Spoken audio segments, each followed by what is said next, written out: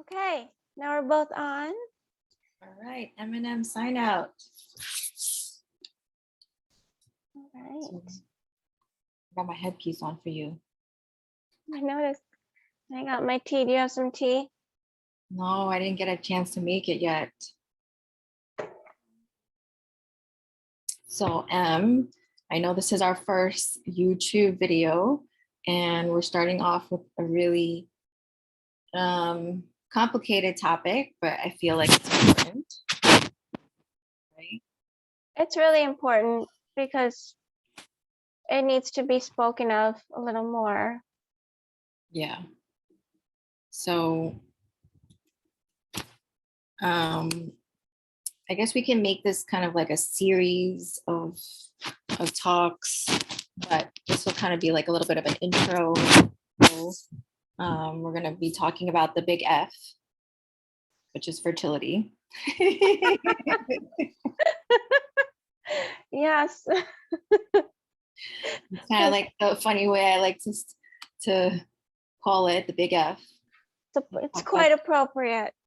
Talk about the big F. So fertility. I don't like saying infertility because, it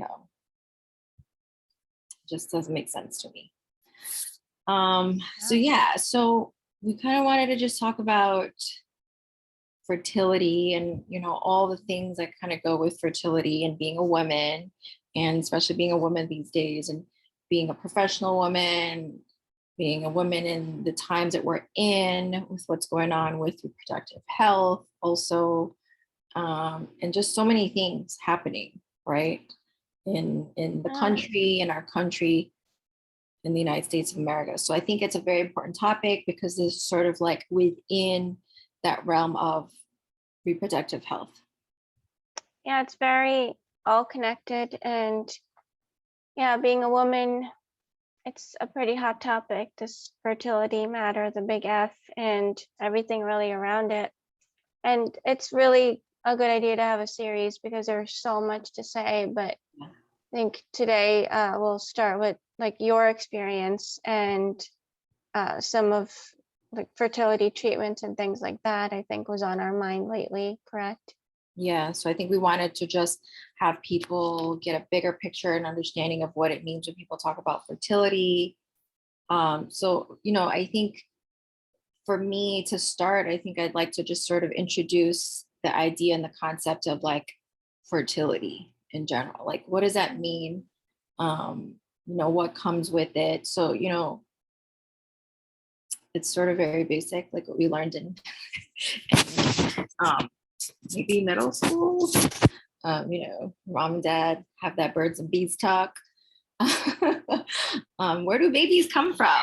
Right. So, in our minds growing up, I don't know about you, Em, but like for me, that's sort of how I was taught, was that that's just how it happens. Like babies happen because, a girl and a boy get together and that's it. Right. Just baby comes out and like there's a belly that happens with the woman and it's easy peasy.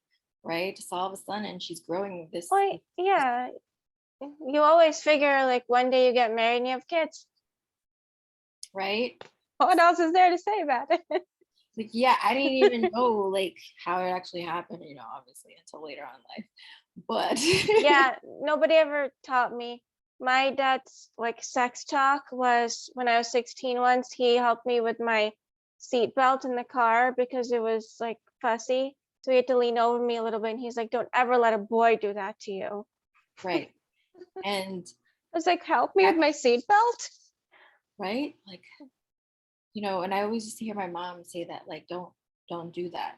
And so I guess like the Don't point do that. is like you and I have grown up with the concept that actually we wanted to prevent fertility, right? We wanted to prevent pregnancy, like because we were told by our parents that don't do that, like, don't put your seatbelt on by a guy.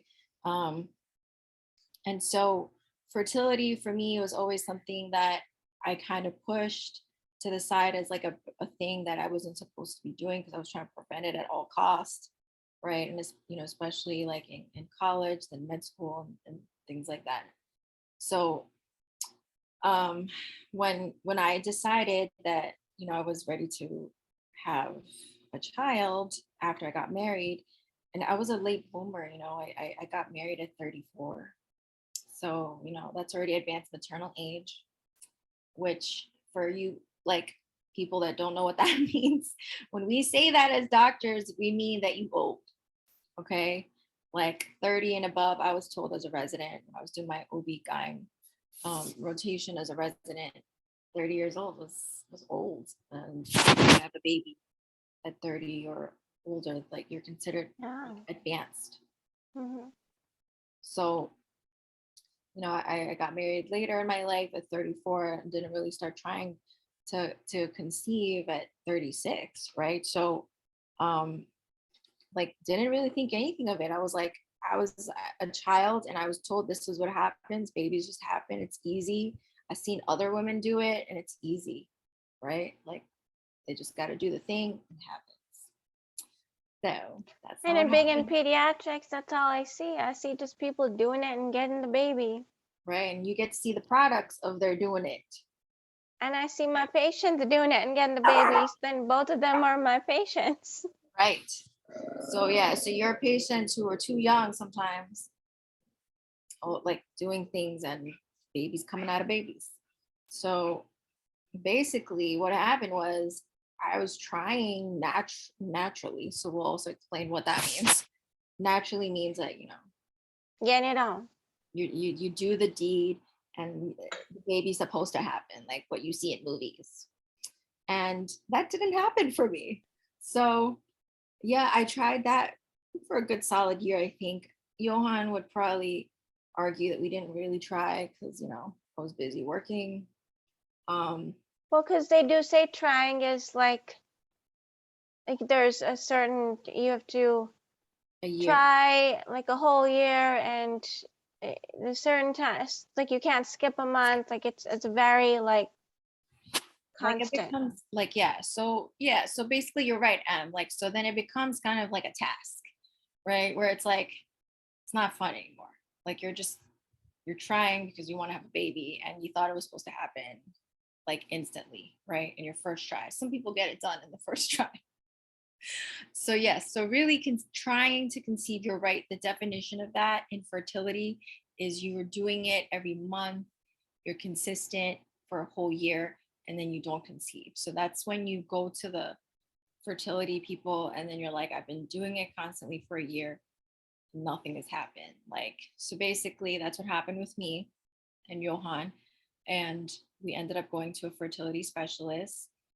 And so that in itself is like a huge thing because um, fertility places can seem very overwhelming, because when you go there, there's like a lot of women. Some of them are pregnant, some of them aren't. So it's like really traumatic because there's a whole bunch of women there, and it's almost kind of like a mill. Like they're just getting processed. Like you're processing all these women.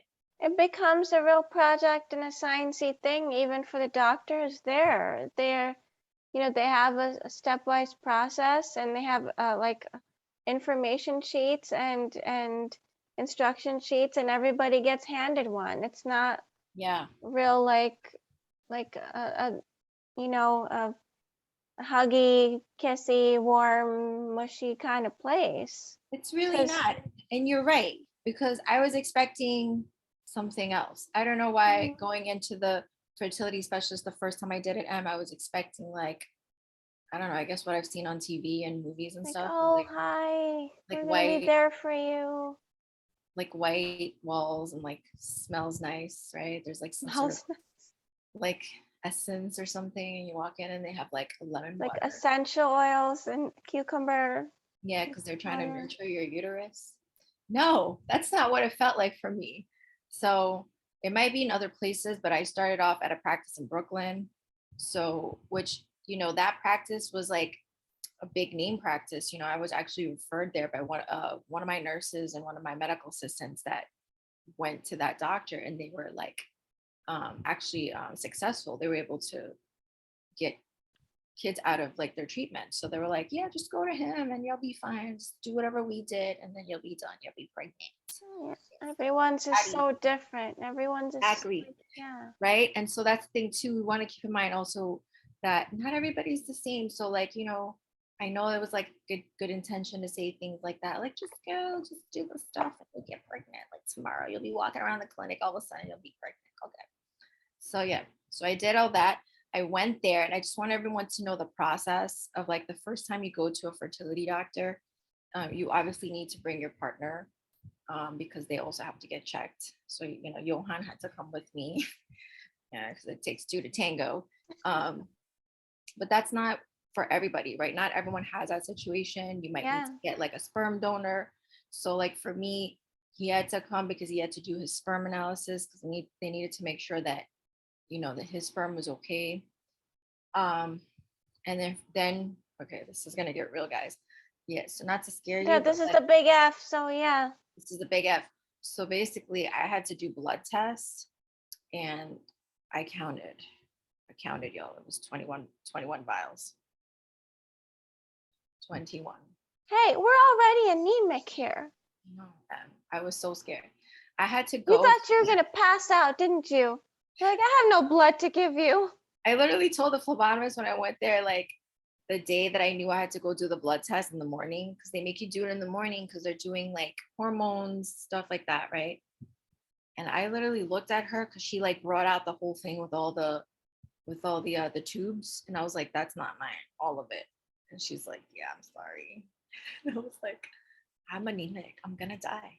So everybody eat some steak before you go for your blood work. That is the moral of the story. Drink lots of water, eat your spinach, your steak, whatever you got to do, because the first time you do this, they're gonna take a lot of blood tests, just to warn you guys. So if you're scared of needles and blood draws, And I won't. FYI, men don't need their blood drawn. They only need a sample Yeah, of the one thing and they're yeah, done. yeah.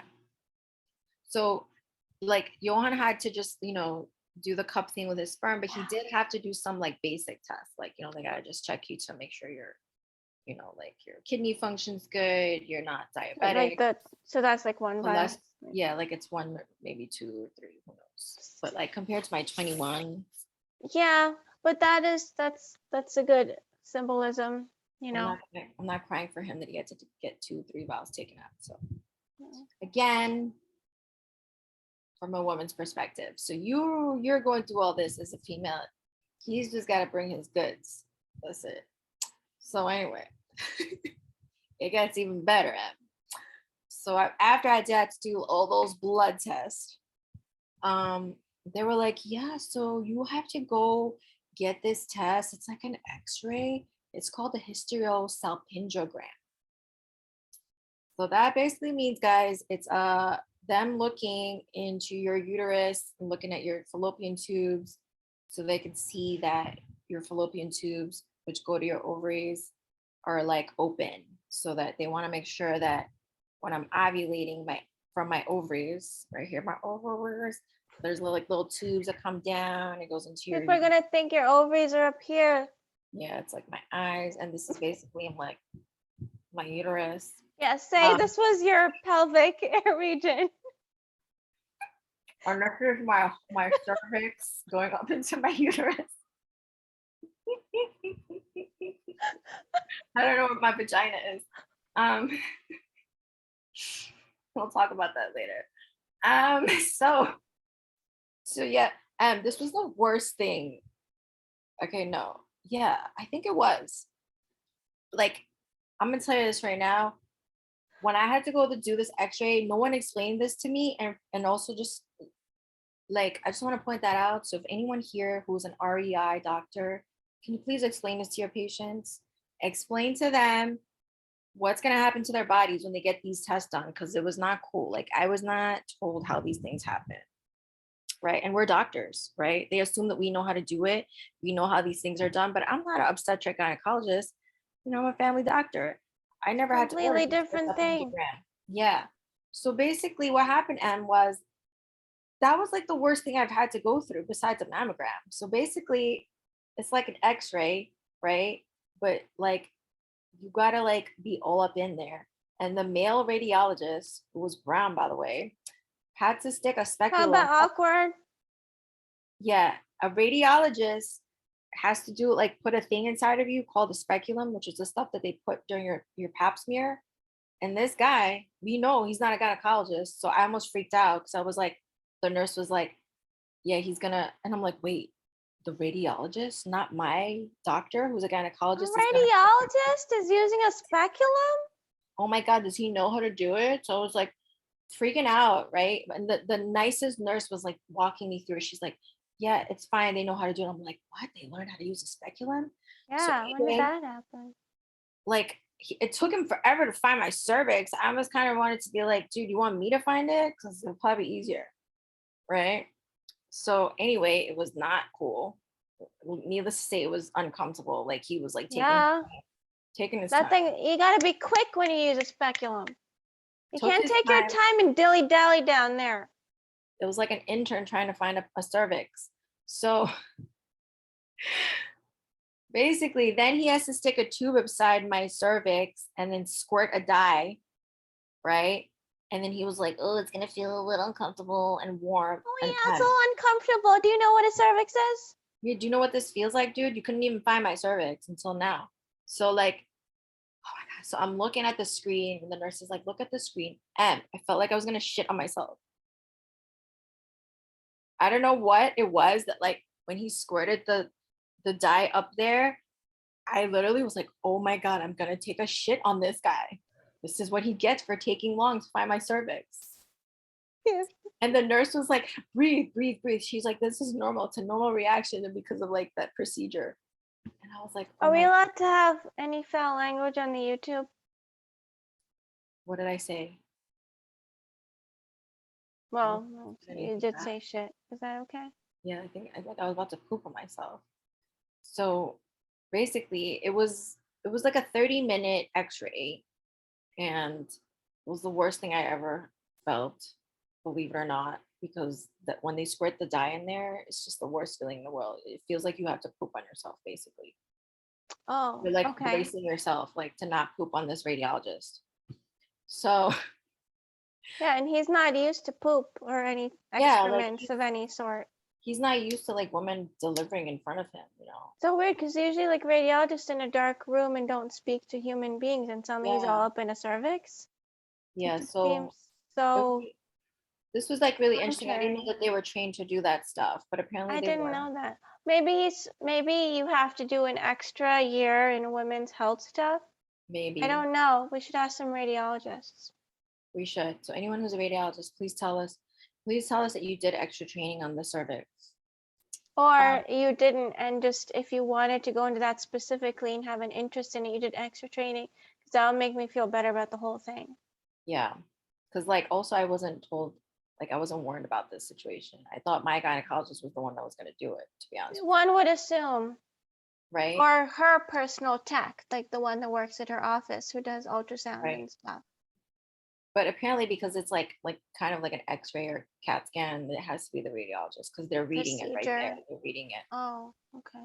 So anyway, everything was fine. So all like my anatomy was good down there. My fallopian tubes are open. There's, all the dye went up in there. I saw it. It was actually really cool.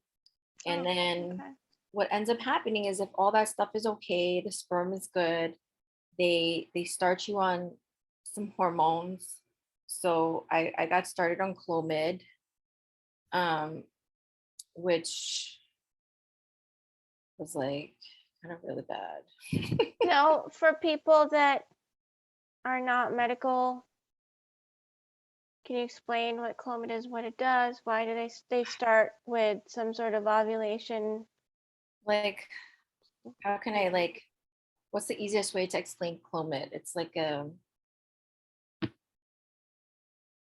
wouldn't say like really a hormone. Is it more like some sort of a ovulation bursting medicine, right? Like it's like a stimulating.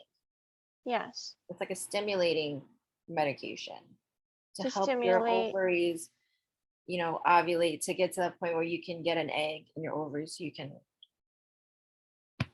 Would release of that be anything. like that's the first step for any woman trying to conceive, or is that the step they chose for you? So that's pretty standard. And like I said in the beginning, it these places are almost kind of like mills, because it almost seems like, because I've had experience with three different places and I have friends who've done it, and we've kind of compared our treatments, and it's very similar because they kind of have like the standardized protocol they do for most women who, with everything is normal. It's like unexplained infertility, so they have kind of like this like protocol, right? You know what's interesting that you just said that you have like, what did you say, two other friends who've gone through this? Yes. And I also have like three friends, three or four, at least women that I know, friends, colleagues, whatever, who also have experience with this. So look at how common it is.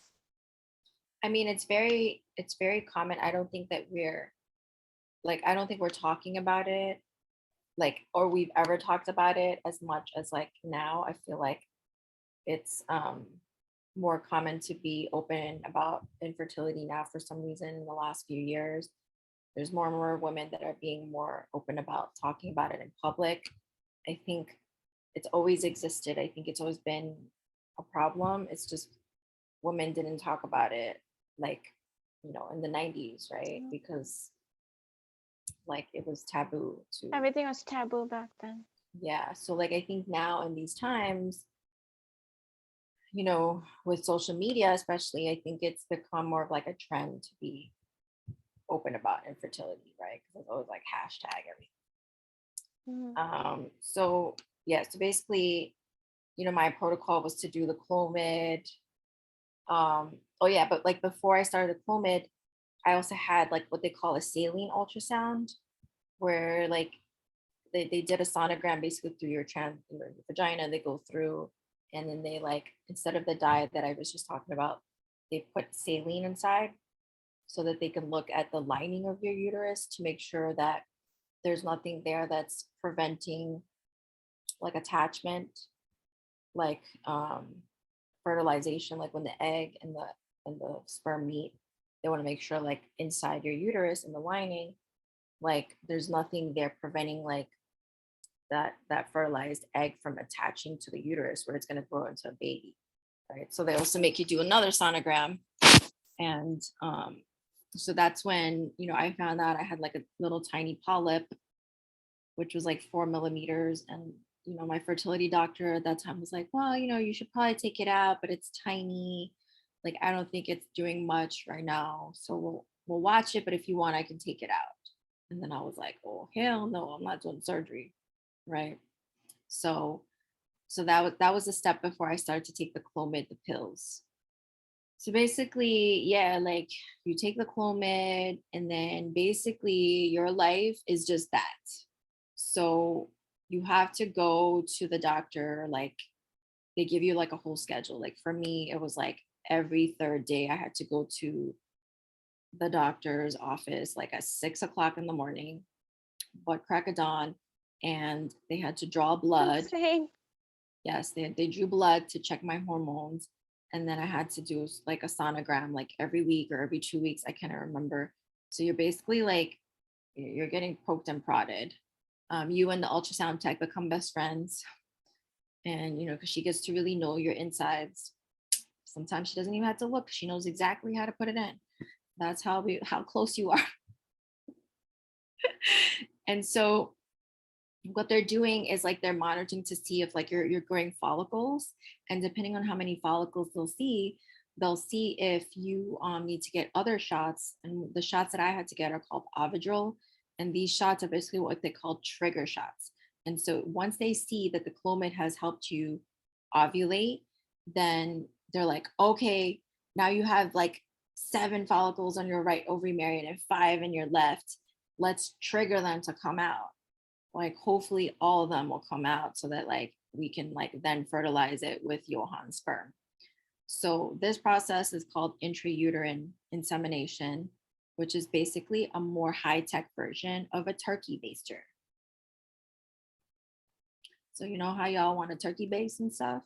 this is actually better because the doctor is actually going inside your cervix and just basically putting all the good sperm in there so that all those eggs that have been triggered with the shots and the Clomid that you took for the month are hopefully all going to meet, and then you're going to make a baby. Because they take out all the important stuff with seminal fluid, which is just the sperm. So you Yes, don't have to go like, so you can increase the chances, right? Because they shoot it right there, so it doesn't have to swim as far. So you have yeah, all the sperm concentrated and just busting out to where it yeah. needs to be. So like the sperm is literally inside your uterus, just hanging out there, waiting for your eggs to come down, Oh, right? that's so So it's like sweet. you're trying to get them to meet and have a date.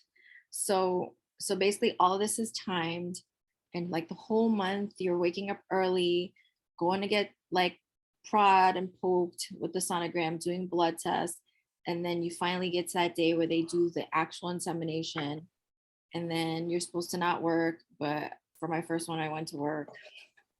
How come you're not supposed to work? Well, like, it would have been nice if I was just laying flat all day so that the Okay. my eggs and the sperm could hang out. But like obviously I did the wrong thing and I stood up all day, went to work. So like maybe the sperm like came out and then like my eggs were like, this is whack. Like this girl is working like This date sucks. yeah, they're like, this date sucks. Like we're not chilling. She's moving. So yeah, I mean, I should have taken the day off and I didn't. So yeah, so I did that 5 times. Did you work every time?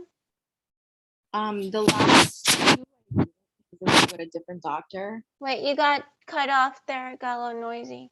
The last two I didn't because it really depends on the day. So like it's hard because you never know when you're gonna be able to do that, right? If it's gonna be like a Wednesday or a Yeah. Thursday, it really all depends And on as a doctor, you can't just call out of work and be like, oh, I gotta lay flat all day. exactly.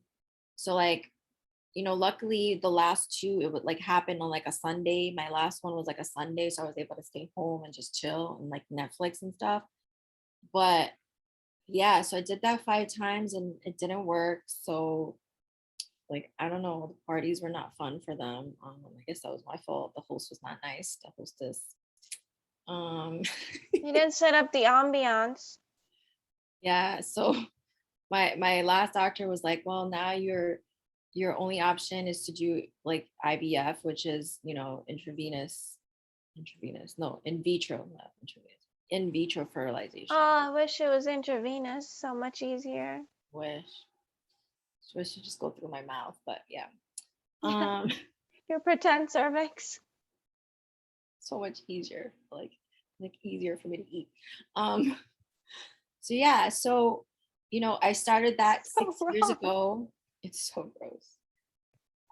I did that, yeah, 6 years ago. And I stopped 4 years ago. I did it for 2 years, and I just kind of got really tired of it. So I stopped in 2018, and I was like, I'm dead ass tired of this. Tiring. It's like so much stress and emotional stress too, right? Yeah, it was just like, because after you do the procedure, you wait 2 weeks to see if you're pregnant, and then of course, like, they call you. They're like, That's sorry. like the worst waiting ever. Yeah. So like they're like 2 weeks, and then we'll check your pregnancy test. And then, like you have to go in and draw their blood, and then you're not pregnant. So it's like, oh guys, I gotta do this all over again. Yeah. And the injections, you got to do them in your belly. Um, and there's a lot of risk with these medications, especially the trigger shots, because you can get what is called hyper ovarian hyperstimulation syndrome. What is OHS. that? That means Never that heard of that.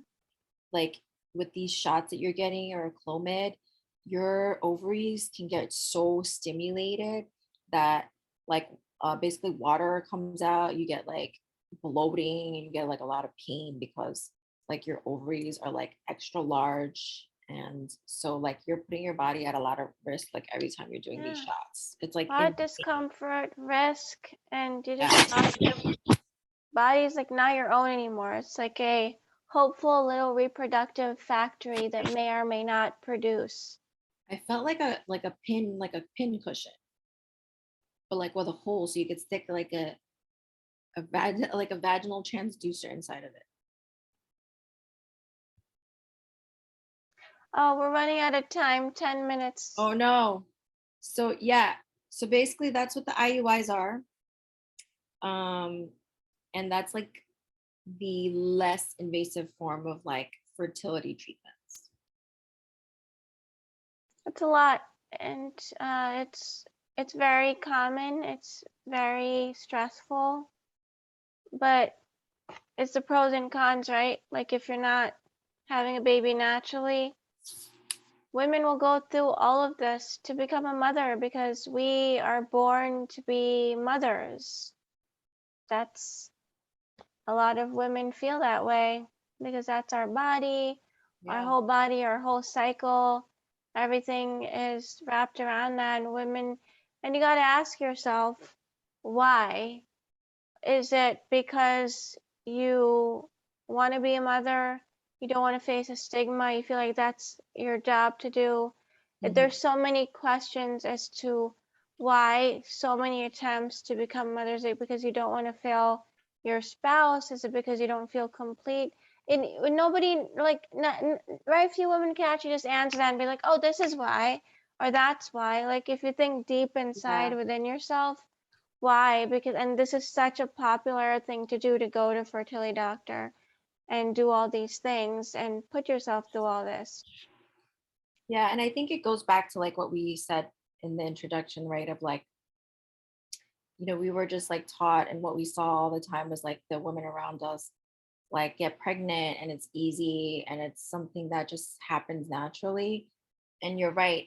Like, I think that, it is, I wouldn't know if it's popular. I think that it's just that like nowadays, I think like there's women like us that, took our time, that, we worked on our careers, and we didn't necessarily think that like we needed to have that in our lives. Because when I was 34, I literally was like, well, I still have a lot to do, like I didn't feel that urge to like be married and like have kids at 34, honestly. So it was like getting married at 34 was already like for me, like, oh, like really, you know?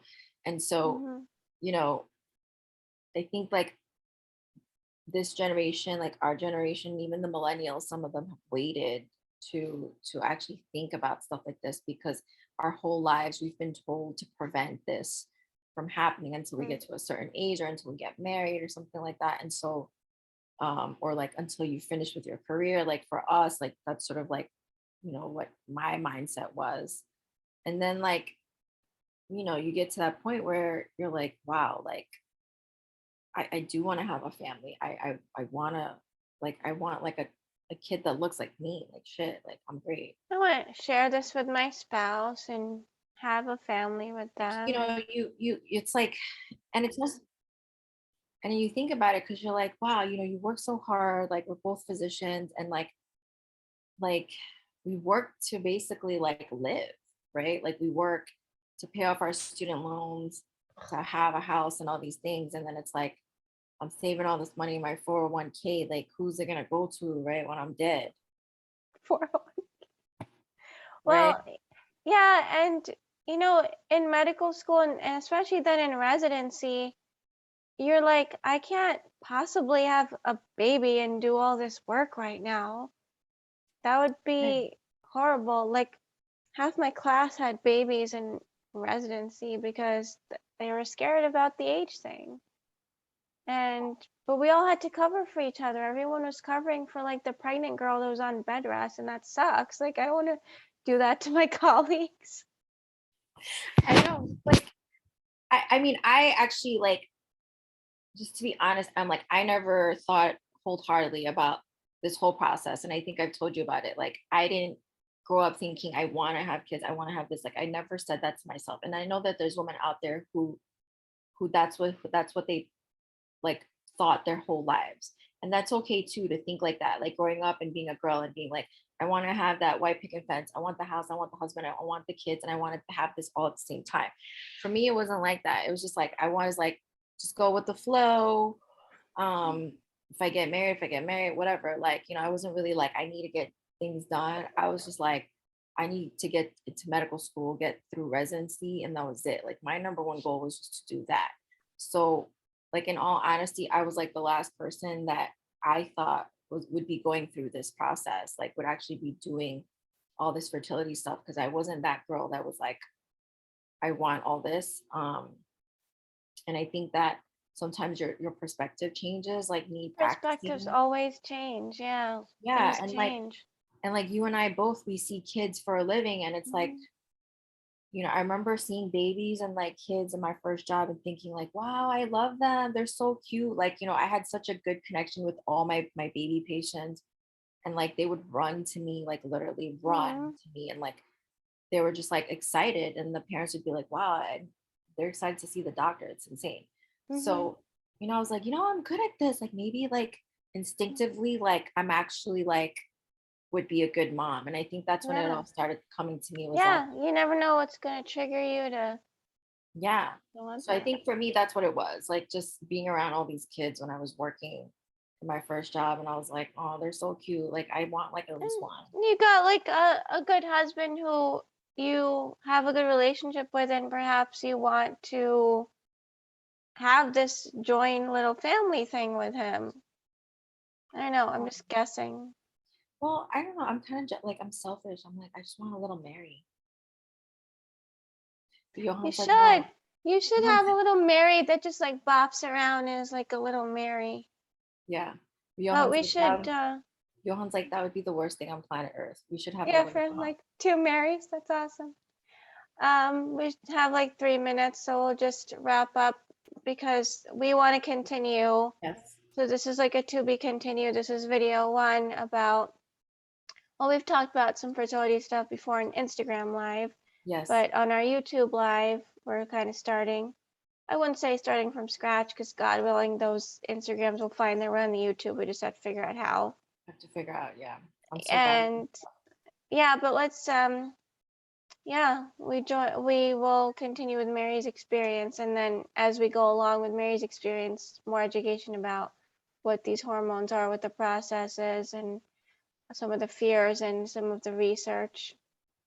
And then I think that we can also talk about the flip side of that, which is like the women that choose not to become moms, Yeah, the women that try IVF and are not successful, right? So that's the other end of that too. And um, the women that don't really want ever to be pregnant, and then how Roe versus Wade and everything that's been happening is going to really yeah, impact definitely get into those that. women. So there's so many perspectives on the big F that we have to talk about. Yeah, big F. Yeah, it's like the Big Bang Theory. Except a little more sci-fi. But yeah, I think this was a good intro to IUI. Yeah, Um, and we'll talk a little bit more in depth about actual IVF yeah, process and what I had to do last week to get to start it. yeah, I yeah. look really poofy from You just, look good. what's all the pain meds I got? Mhm. Well, Eminem, sign out for our first video, hopefully when we play it back, right? Yeah, yeah. I'll put We'll this on figure it out. YouTube. All right. All right. Well, it's good to see your face as usual, Good to see your Em. face too. Looking good. Thanks. The masks are So are working. you. You look, I know. I have some mask stuff going on from the face mask, and I have to use the sheet mask to cure it. You can do a YouTube on that. That'll be next after this series. All Okay. right. Eminem signing out. Bye.